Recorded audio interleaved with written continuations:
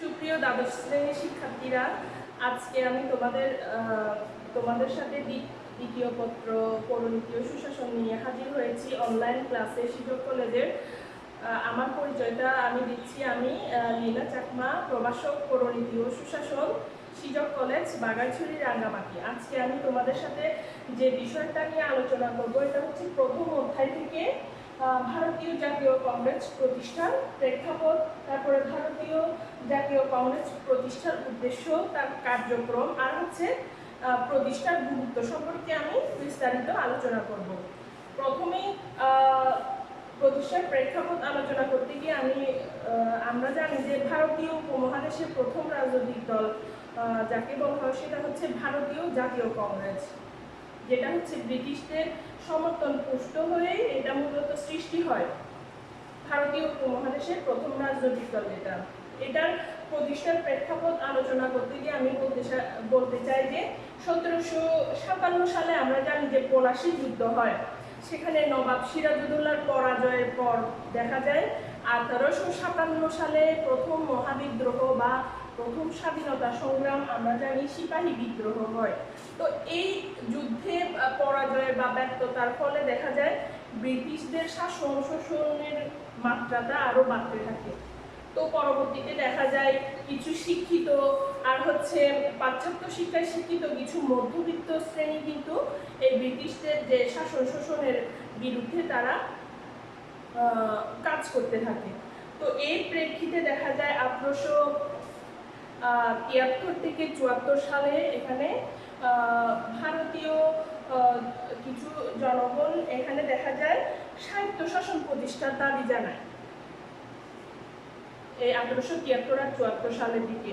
তারপরে দেখা যায় 1876 সালে সুরেন্দ্রনাথ ব্যানার্জি আর হচ্ছে আনন্দমোহনের প্রচেষ্টায় ইন্ডিয়ান অ্যাসোসিয়েশন প্রতিষ্ঠিত হয়, যেটার মাধ্যমে দেখা যায় ভারতীয় এই সুরেন্দ্রনাথ ব্যানার্জি ভারতীয় জাতীয়তাবাদের বিকাশে ভূমিকা রাখেন। সে কারণে তাকে ভারতীয় জাতীয়তাবাদের অগ্রদূত হিসেবেও অভিহিত করা হয়।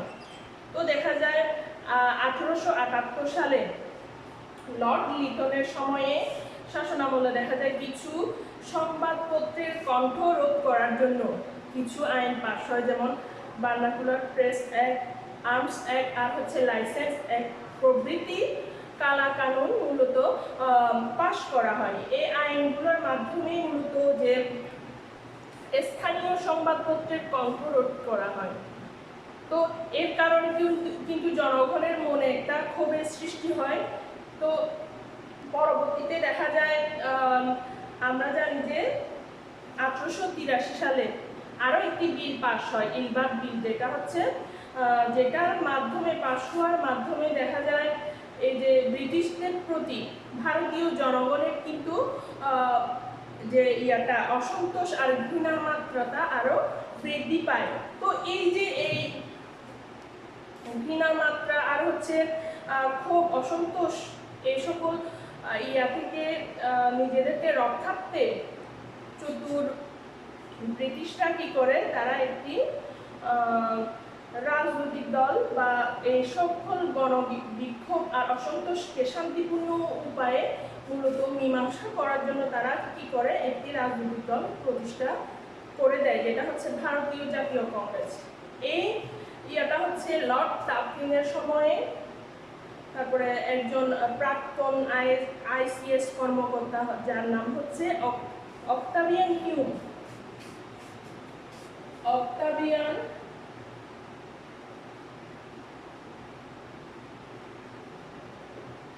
হিউমের প্রচেষ্টায় প্রাক্তন আইসিএস অফিসার, তার প্রচেষ্টায় মূলত ভারতীয় জাতীয় কংগ্রেসটা গঠন করা হয়, যেটা হচ্ছে 1885 সালে 28 ডিসেম্বর মুম্বাইয়ে মূলত এটা গঠন করা হয়। মূলত এই যে ভারতীয় জাতীয় কংগ্রেস গঠন করা হয়, প্রাথমিক পর্যায়ে এটা হচ্ছে কি গঠনের পরে যেহেতু এটা ব্রিটিশ সমর্থন পুষ্ট হয়ে আসে, সেহেতু দেখা যায় ব্রিটিশদের প্রতি অনুগত থাকবে এরকম ভিত্তি নিয়ে কিন্তু তারা মূল ভিত্তি নিয়ে এগিয়ে এসেছিল। কিন্তু পরবর্তীতে দেখা যায় কংগ্রেস কিন্তু ব্রিটিশদের বিরুদ্ধে তারা কাজ করতে থাকে। তো এইটা হচ্ছে মূলত ভারতীয় জাতীয় কংগ্রেস প্রতিষ্ঠার প্রেক্ষাপট, আর হচ্ছে ভারতীয় জাতীয় কংগ্রেস প্রতিষ্ঠার উদ্দেশ্য কি ছিল।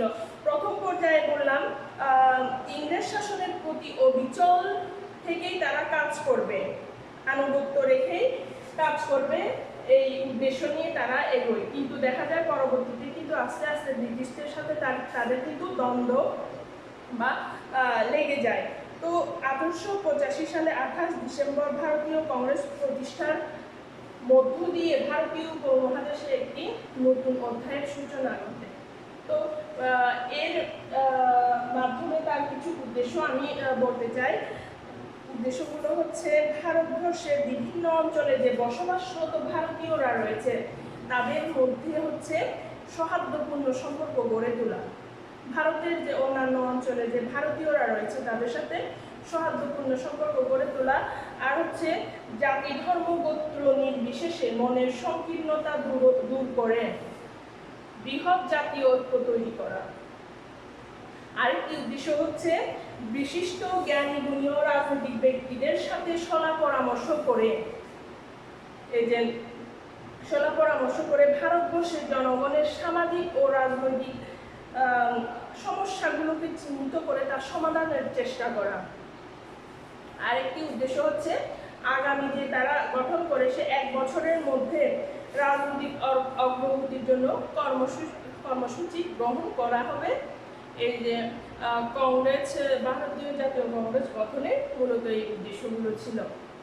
তারপরে তার কার্যক্রম যদি আমি আলোচনা করি, ভারতীয় জাতীয় কংগ্রেসের কার্যক্রম প্রতিষ্ঠা লগ্নে দেখা যায় ভারতীয় জাতীয় কংগ্রেস ধর্ম বর্ণ নির্বিশেষে কিন্তু সেখানে সংগঠনে পরিণত হয় হচ্ছে এই কংগ্রেসটা। কিন্তু কালক্রমে দেখা যায় কংগ্রেস শুধু হিন্দু নেতৃত্বের নিয়ন্ত্রণে চলে যায়। তো এখানে দেখা যায় মুসলমানদের স্বার্থ কিন্তু উপেক্ষিত হতে থাকে। পরবর্তীতে দেখা যায় এর প্রেক্ষিতে কিন্তু 1906 সালে আবার মুসলিম লীগ, মুসলমানদের জন্য আলাদা একটি রাজনৈতিক সংগঠন গঠন করা হয়। তো আমি আলোচনা করতে চাই যে 1885 সালের কংগ্রেসের কার্যক্রমগুলো। তারা মূলত 2টি নীতির ভিত্তিতে তাদের কার্যক্রমটা পরিচালনা করেছিল, যেটা হচ্ছে সরকারের 1 নাম্বার হচ্ছে সরকারের কার্যকলাপ ও নীতির সমালোচনা করা, আর হচ্ছে সংস্কার দাবি উত্থাপন করা বা সংস্কার দাবি উত্থাপন করা। এই 2টি মূলত নীতির ভিত্তিতে তারা তাদের কার্যক্রমটা পরিচালনা করে। এখানে দেখা যায় প্রাথমিক পর্যায়ে ভারতীয় কংগ্রেসের ছিল একটি মধ্যবিত্ত সম্প্রদায়ের সংগঠন হিসেবে পরিচিত ছিল। এর নেতৃত্বে ছিলেন হচ্ছে উচ্চশিক্ষিত পাশ্চাত্য শিক্ষায় শিক্ষিত কিছু বুদ্ধিজীবী।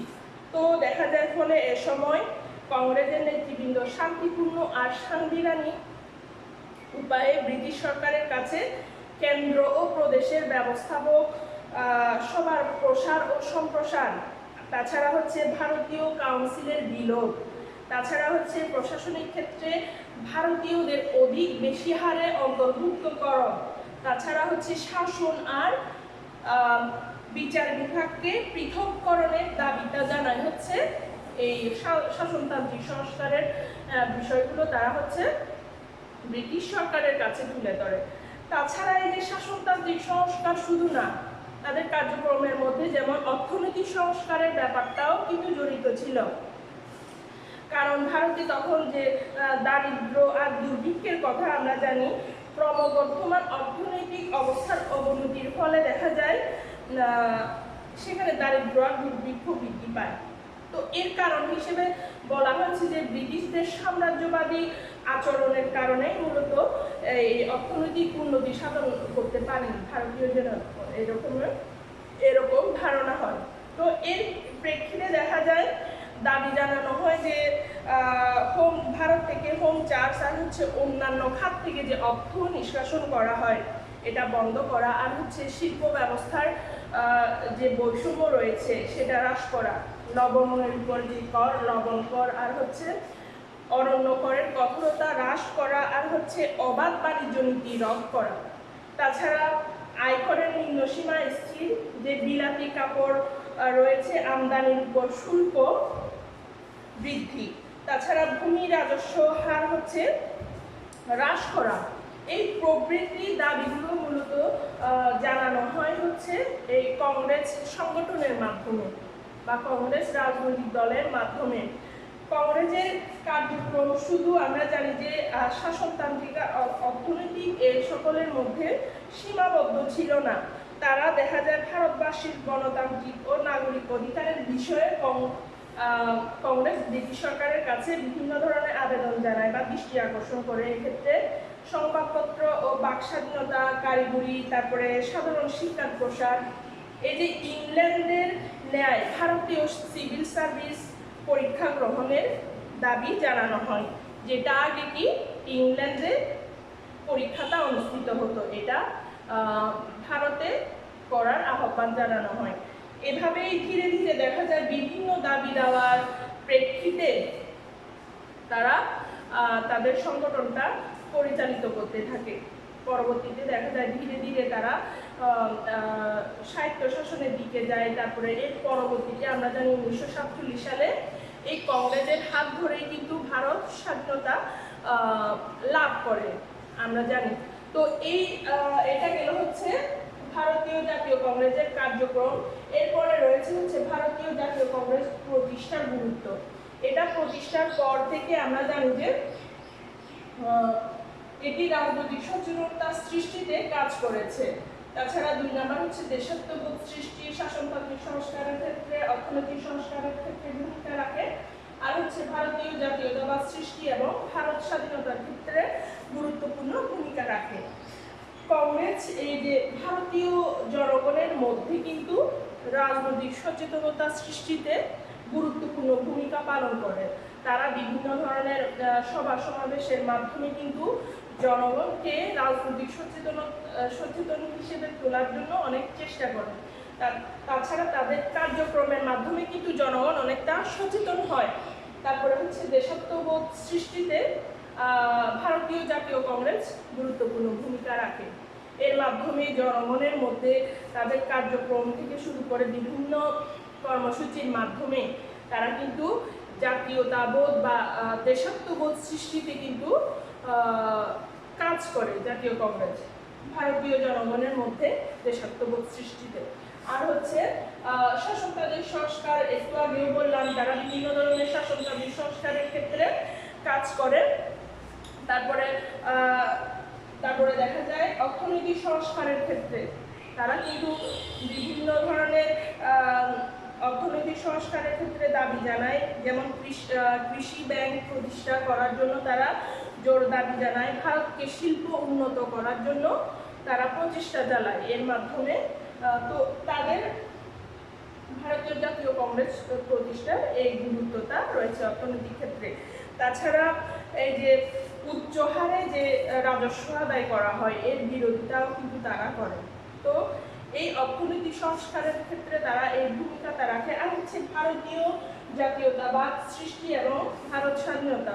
আমরা জানি যে ভারতীয় জাতীয় কংগ্রেস যেহেতু প্রথম রাজনৈতিক দল হিসেবে আবির্ভূত হয়, আর তারাই কিন্তু ভারতীয়দের মধ্যে জাতীয়তাবাদ সৃষ্টিতে গুরুত্বপূর্ণ ভূমিকা রাখে। পরবর্তীতে দেখা যায় তাদের কার্যক্রমের সাথে জনগণ একাত্মতাবোধ করার মাধ্যমে পরবর্তীতে দেখা যায় কি আমরা জানি 1947 সালে ব্রিটিশরা মূলত তাদের ভারতীয়দের কাছে শাসন ক্ষমতা তুলে দিয়ে কিন্তু তারা 1947 সালে এই ভারতীয় উপমহাদেশ থেকে বা এখান থেকে বিদায় নেয়। তো আমরা এই যে ভারতীয় জাতীয় কংগ্রেস প্রতিষ্ঠার প্রেক্ষাপটটা জানলাম, তোমরা নিশ্চয়ই মন দিয়ে শুনেছ। তো আজকে এই পর্যন্তই। পরবর্তীতে আরও অন্য একটা টপিক নিয়ে তোমাদের সাথে আলোচনা করব। ভালো থেকো, সুস্থ থেকো সবাই।